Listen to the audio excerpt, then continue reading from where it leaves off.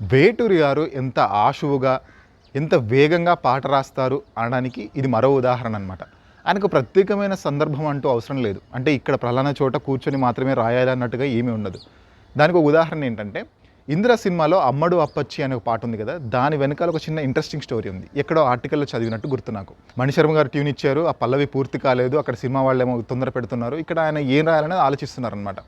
అయితే పల్లవిలో ఒక ఫస్ట్ 2 లైన్‌లో ఏదో పూర్తి చేశారు. అంటే 'అమ్మడు అప్పచ్చి నువ్వంటేనే పిచ్చి' అని రాసేశారు. ఆ తర్వాత స్ట్రక్ అయిపోయారనమాట. ఏం రాయాలని ఆలోచిస్తున్నారు.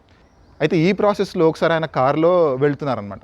ఎగ్జాక్ట్‌గా ఆర్టీసీ ఎక్స్ రోడ్ దగ్గర ఒక సిగ్నల్ పడింది. అక్కడ ఆగిపోయారు.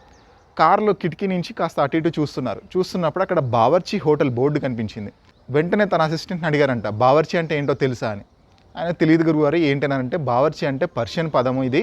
బావర్చి అంటే వంటగాడు అని అర్థం, చెఫ్ అని అర్థం అని చెప్పారంట. ఇప్పుడు ఇదంతా ఎందుకు చెప్తున్నారో, అసలే పాట పూర్తి కాలేదు. అక్కడ ప్రొడ్యూసర్స్, డైరెక్టర్లు అందరూ చాలా తొందర పెడుతున్నారు. ఏం చేయాలని ఆయన ఆలోచిస్తున్నారంట. అంటే తన శిష్యుడు. ఆ తర్వాత వెంటనే పల్లవి వచ్చేసింది రాసుకోమని చెప్పేసి అన్నారంట అసిస్టెంట్‌తోని. ఆయన రాయడం మొదలుపెట్టారు. 'అమ్మడు అప్పచ్చి నువ్వంటేనే పిచ్చి' అని రాసిన తర్వాత బావరో బావర్చి తినిపించవా మిర్చి అంటూ దాన్ని పూరించారు. అంటే చాలా సరదాగా ఉంటుంది పాట. బట్ ఆ పాట వెనకాల ఇలా ఆసక్తికరమైన సన్నివేశం ఉందనమాట. అంటే వేటూరి గారు ప్రత్యేకంగా ఇక్కడ కూర్చొని రాయాలన్నట్టుగా ఏముండదు తనకి. అంటే అప్పటికప్పుడు చాలా తొందరగా అంటే వేగంగా తన గ్రాస్పింగ్ పవర్ ఎక్కువనమాట.